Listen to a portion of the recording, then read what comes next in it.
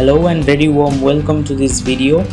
In this video, we are going to discuss the summary and analyze the famous novel written by Joseph Conrad, which is The Heart of Darkness. This video is very much demanded and requested on our channel. But let me tell you another thing. If you want more resources like the full character lists of this novel or the biography of Joseph Conrad, you can visit my blog. My blog's link is written in the description box. But for now, let's make English straightforward. Heart of Darkness is a story that is being told by Charles Marlowe. Marlowe is a British sailor. He is with other people on a boat floating on the river Thames. And Marlowe narrates his adventurous journey up the river Congo of Africa. Marlowe was appointed by a colonial company. Marlowe had to go into the deep of Africa and he had to meet an ivory trader named Mr. Coutts. So Marlowe started his journey with huge excitement. He was very positive-minded while starting his journey, but as soon as he reached Africa, he saw the brutality of British imperialism, ruthless torture on the local people, the slavery system, and the misfortunes of the poor people of Africa.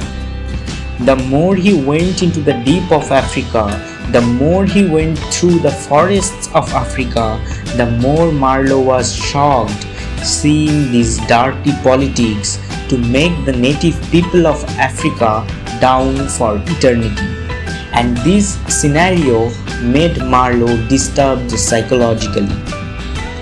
Then Marlowe reached the central station of his company. During this time, the narrator's interest in Coutts grew. There had a rumor that Coutts was very ill, both physically and mentally, so he took more time in repairing the needed steamer. So Marlowe and the general manager of the central station repaired the steamer by themselves and set out on a voyage to complete their tasks. In this journey, they appointed some of their agents and a group of crew. They went very deep into the wild jungles of Africa. The sounds and sceneries of the forests made them amazed and at the same time scared. They hardly saw any local villages nearby. After some time, their steamer reached a local village and found a hut. There was a stack of wood and it was mentioned that the woods are left for them. So the group collected all the woods on the boat and decided to return. Then suddenly a native group of cannibals attacked them. Due to the heavy layer of mist, they could hardly see anything. But the cannibals were attacking them very effectively with arrows. Then with the bravery of Marlowe, the cannibals were frightened with the whistle of their steamer. After the cannibals were scared enough, Marlowe said to return along with his team. Because they were already very late, they thought that Coutts was probably dead.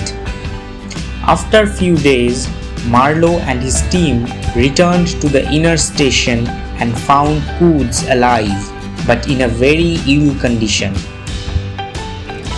When Marlowe and his team reached back to the inner station, they met a Russian man. This person told them the news of Coutts. He also said that due to his accessibility to the area and its people, Coutts was able to make a relationship with the native people, and Coutts thought of himself as the god to the native. When Marlowe reached the inner station, he found Coutts terribly ill.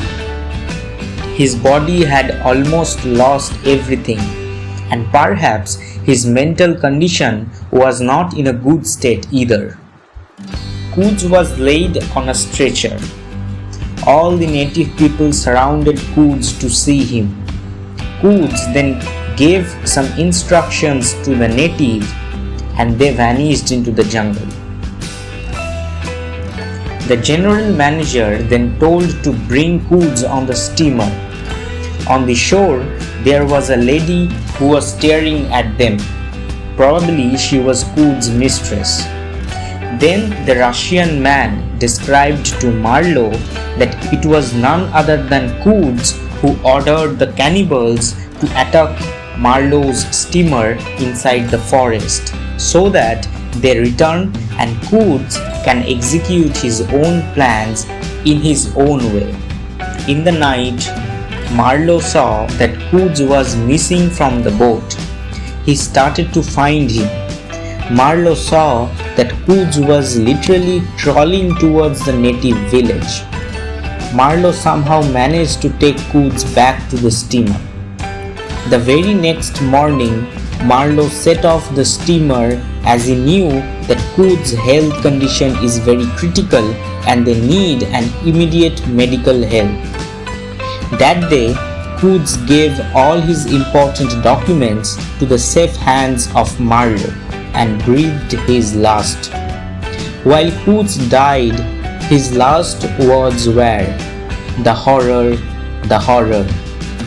It is very clear to us that the mental condition of Quds was not in a very stable position.